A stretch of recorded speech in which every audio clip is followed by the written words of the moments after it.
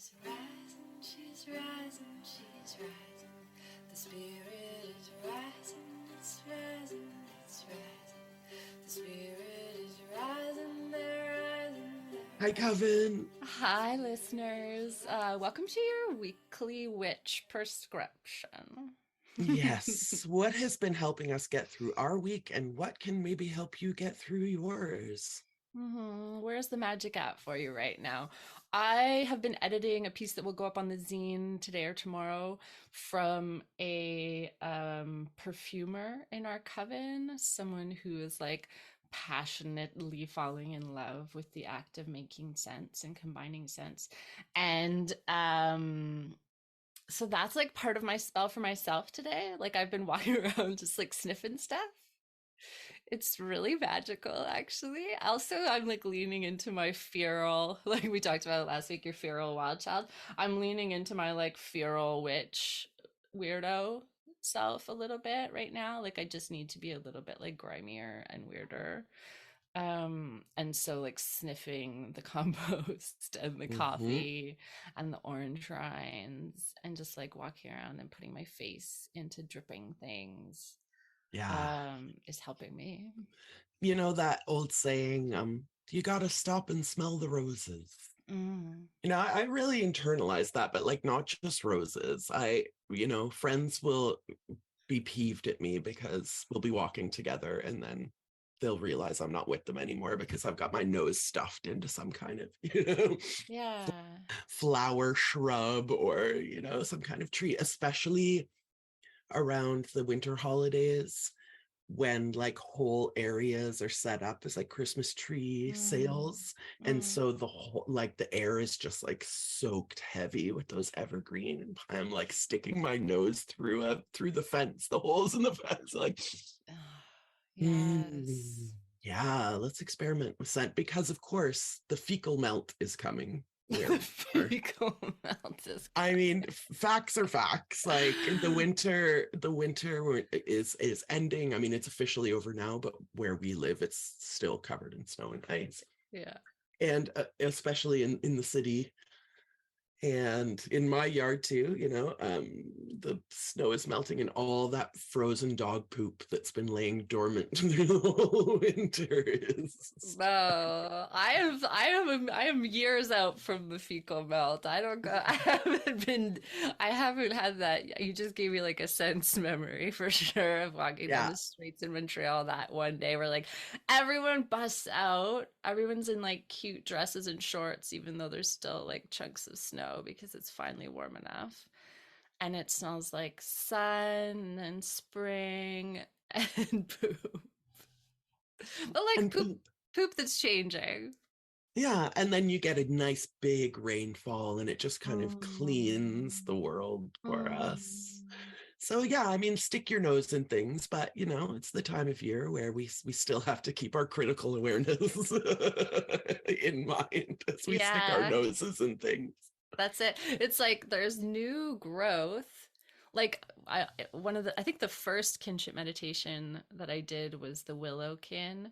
So I was looking at the willow today or yesterday and like they are still up to their neck in snow. There's a massive mound of snow around the willow.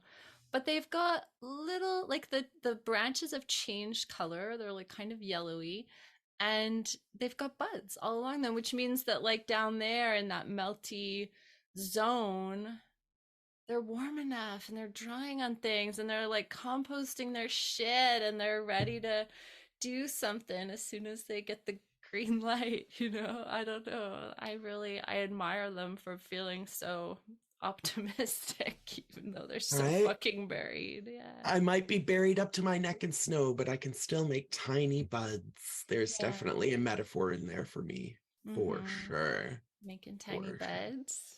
Yeah. Just like I might be buried up to my neck in snow, but it's not going to prevent me from, planning for the future when I'm no longer buried up to my neck in snow. Right. Planning for the future starts to come back for me around this time of year too. I can kind of like slog in the present and then something clicks and I'm like, what if we did this? What if we went here? What if we what if we built this thing? What if we did this thing? And I mean, we just launched our new season, so that always gives me a lot of life too. When the new season of the Missing Witches podcast starts, there's something, even though it's not that different from what we do usually, but like writing and scripting and making an episode that tells a specific kind of story, and then sharing that with the world is pretty fucking electric. Tiny little buds, tiny little buds. I'm sure it's the same for you that it is for me, where I sort of like, I have an idea of the kinship story that I want to tell, and I have an idea why I want to tell that story right now. And then I start to get into the research, and I'm like, oh, this is why, this is why. And like discovering so many things that are like already feeding into the idea that you have. It's exhilarating. Yes. And it feels like the universe is like supporting you. Yeah. When you have all the tabs open, or you're ordering books, and then you just like, you're browsing, or you're digging, or you're browsing, and then something like smacks you in the face, or you're like, well, that's fucking going in, like the holy shit, the full body response, where you're like, trees migrate and we don't know why. The white pine are walking west instead of north. That one bowled me over. Yeah. So you're connecting to nature with all of your senses. Yeah, and one of my recs for the RX is on the, maybe this is my only one aside from smelling stuff. I've been listening to Ronnie Spector's She Talks to Rainbows. I just love Ronnie Spector so much. Yes. I mean, as one does and should. You must. I got to see her live a couple years ago at Pop Montreal when she came through, like telling her life story, like, because I guess her first edition of her memoir had come out, and it was so emotional to hear her tell those stories, you know, like being trapped, locked in her house, shoes taken away, barbed wire and broken glass around outside, like busting out through a window, and then just like fighting to have any kind of recognition for the work and the songs, and kept out of the Hall of Fame for years, and then finally being given their place. And $1 million in royalties should have been 10 million, but at least it was done and she got paid. And then at that show, were you at that show? It was a Pop Montreal show. At that show, she told us about how she was like legally not allowed to perform, still not allowed to perform the Ronettes songs, because he still held the copyright for them, because he had held a gun to her head and forced her to sign all of this, terrified her and forced her to sign all this stuff in the divorce proceedings. But then she like finished her beautiful like storytelling with video and bits of other songs and stuff, and you know, full audience standing ovation, walked off the stage, ovation. She walks back on and sings like a 5-song Ronettes medley, just like a fucking fuck you of an ovation callback. And we like, people had left, you know, and we were just standing sobbing. But She Talks to Rainbows, I mean, this album, it's like, it's cover songs, or, you know, she does it with the Ramones. She Talks to Rainbows is so like, I just relate to that girl, and I feel like she relates to that girl, like it's a version of herself, you know. She talks to rainbows, but she won't talk to me. Like, she talks to the sky, she talks to the birds, she talks to the bees, but it's like she won't fuck with me, you know. Like, she doesn't have necessarily time or capacity or space or emotional space for whatever you are, but there's a home. Like, she is in communication, she is in communion. I don't know, it's in the RX, it's in the prescription somehow this week. It's part of the prescription. Talk to bees, and also you don't fucking have to talk to everybody else. Yeah. And there's definitely like a link to my prescription for this week there too. And that is the holy, for me, trinity of Jill Scott, which is Hate on Me, Golden, and the version of The Way that's in Dave Chappelle's Block Party. Yeah. So story time. I don't know how this narratology is going to go, because it kind of skips around in a 20-year block of time. let's start in May of 2020. Jill Scott and Erykah Badu did this series. They were called Battles, and they would have like, you know, famous rappers would go on Instagram Live and sort of talk to each other and battle. But this particular one was Jill Scott and Erykah Badu. And it ended up being this like 2.5 hour love fest of like, not a battle so much as like how much each of these people could lift the other one up. It was like a love battle of like, no, this song that you did, I know that, for 2.5 hours. And this is like high pandemic. It's May 2020. So like the shock and awe of that first, like, oh, in 6 weeks you'll be able to whatever, we recognized that 6 weeks thing was not going to be the case. So we were, I mean, I guess I can only speak for myself, but I can also speak globally and say we were terrified and confused. And, you know, for those of you who think that you can't change the world by doing an Instagram Live, go and find this Jill Scott, Erykah Badu. But that's just one part of the story. So I watched this, and I had a visceral memory of about almost 20 years ago. Wow. This documentary concert film came out called Dave Chappelle's Block Party. Life-changing movie literally, for me too. Yeah. Literally life-changing. So I saw it in the theater, and I was close to the front. I like to be sort of closer to the front in a movie theater because I feel very immersed, you know? And I told this story on Instagram after I watched this live. I was like, you know, blah, blah, blah. And then maybe about a month later, I picked up Sonia Renee Taylor's book, The Body Is Not an Apology. And in the book, she told the story that I told on Instagram. And I was like, whoa. So I'm going to read it in Sonia Renee Taylor's words instead of my own. So this is by Sonia Renee Taylor. You'll see how all of the threads connect, I hope. Sonia Renee Taylor writes, does this sound familiar? Two friends are in a clothing store trying on clothes when one friend says, OMG, I look like a cow in this. Friend two retorts, no, you don't. You look great. Now I would look like a cow in that. The two proceed to volley mutual accolades over fitting room doors while tossing body insults at themselves. We call this friendship. Our society has formed a sense of cultural camaraderie around body shame. It dictates that we affirm one another at the expense of ourselves. How often are we asked to shrink ourselves in size, presence, power? Couple this with the capitalistic model of scarcity that supposes that there is not enough money, space, time, or love for us all. And it's no wonder we find ourselves abdicating our personal power to uplift our friends.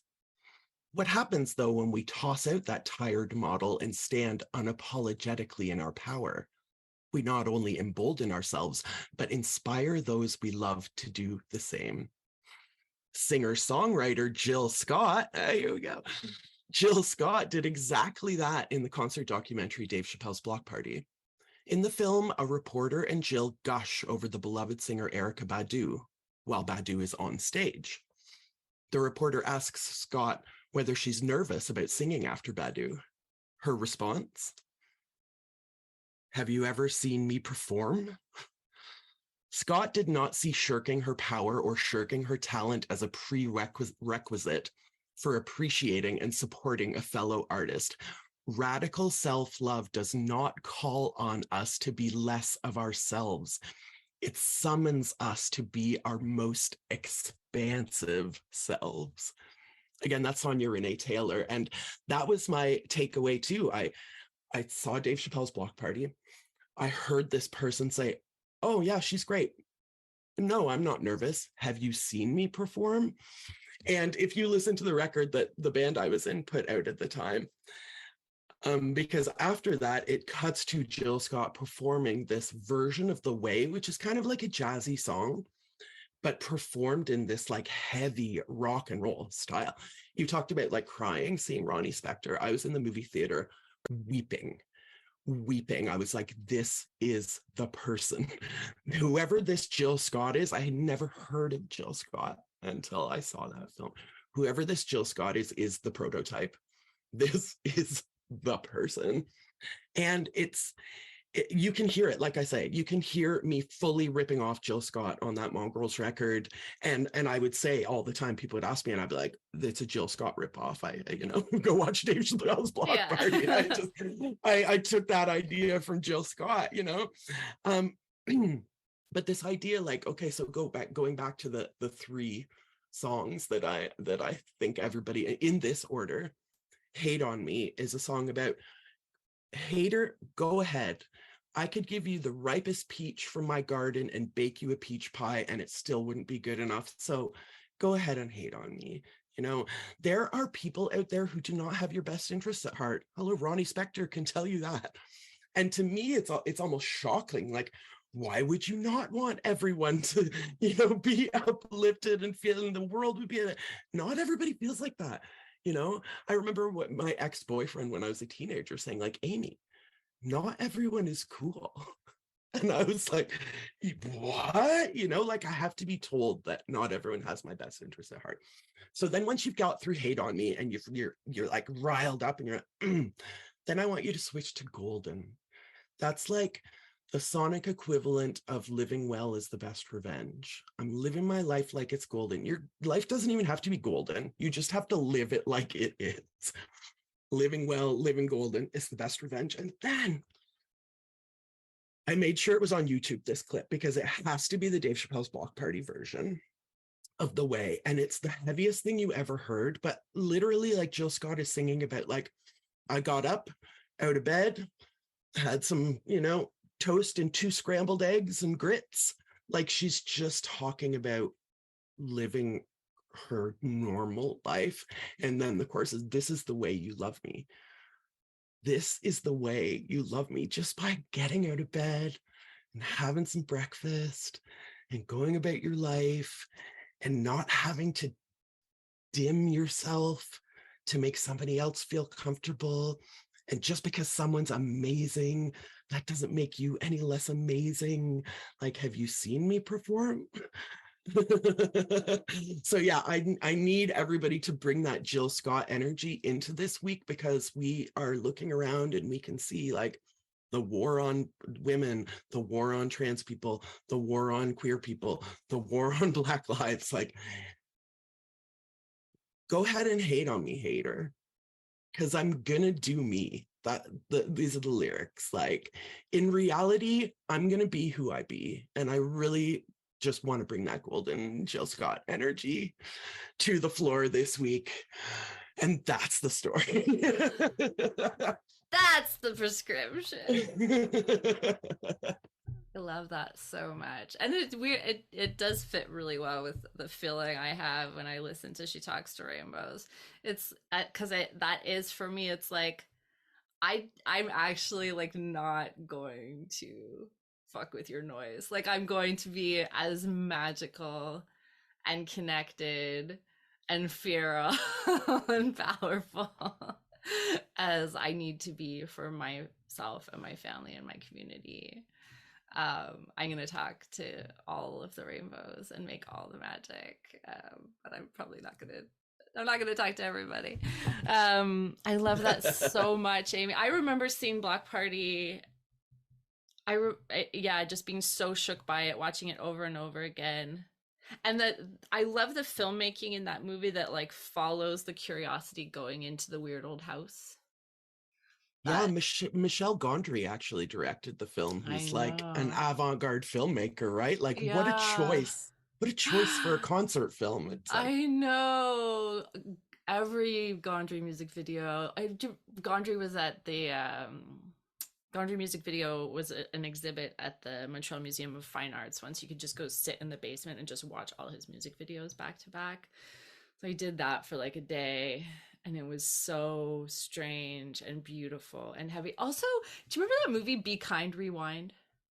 That's a Gondry flick. Yes, and it looks like it's going to be the worst, and then you watch it and you're like, this is the most creative and intelligent and exciting. just old school movie making magic, watching them remake all these movies. Oh, it's That so was magical. so inspirational for me as like I don't think of myself as a filmmaker, but I dabble in all the arts, you know. Mhm. I like to stick my finger in lots of pies. I mean, I've been in a green suit with you. Yeah.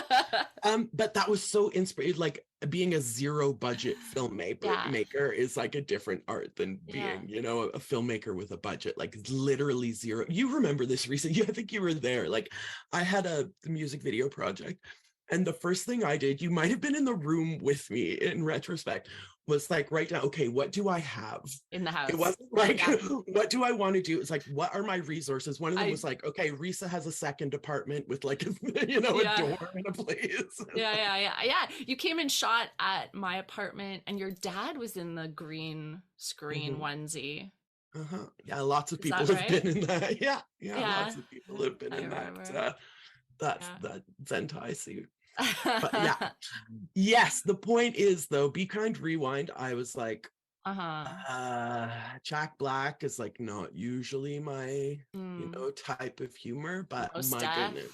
Oh my Most, God. well, yes, A most Def, wonderful actor. obviously. But when that movie came out, we maybe didn't know how good an actor he was. Yeah, but that's Yeah. probably actually why I watched it. Like, Yeah. because I was like, well, we'll see what most Def, see he cancels out Jack Black.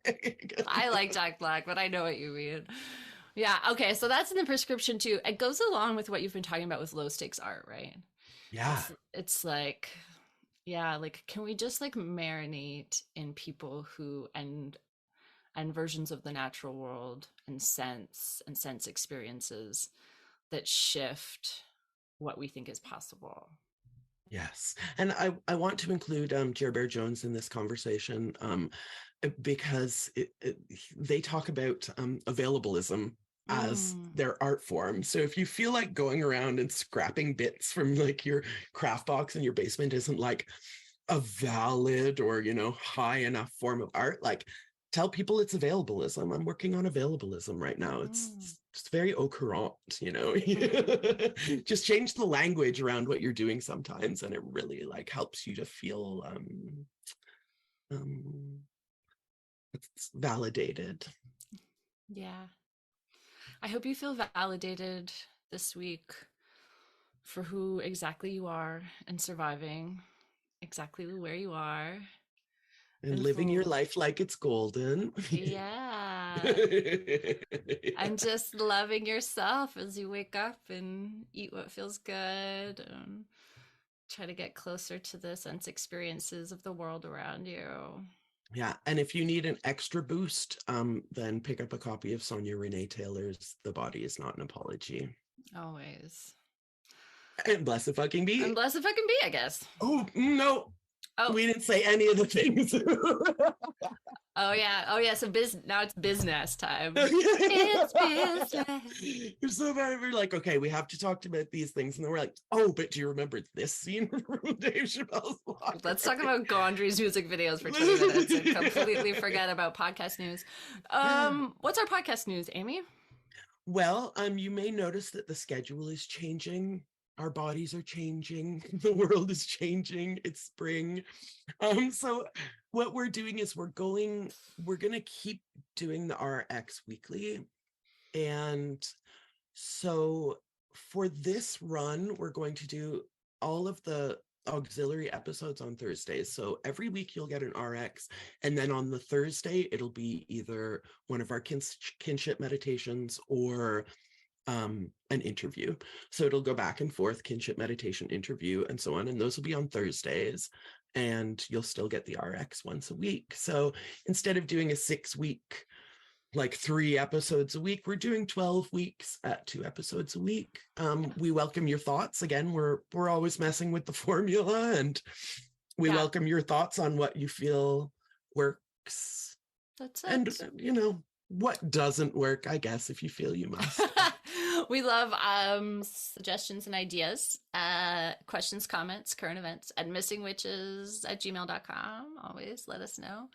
And yeah, you may have noticed starting on Thursday last week, the new season is a kinship season. So Missing Witches for the spring won't be focusing on telling the story of one magical practitioner, or except we sort of are, but that magical practitioner is a species that we, of the non-human world, that we have a personal connection to.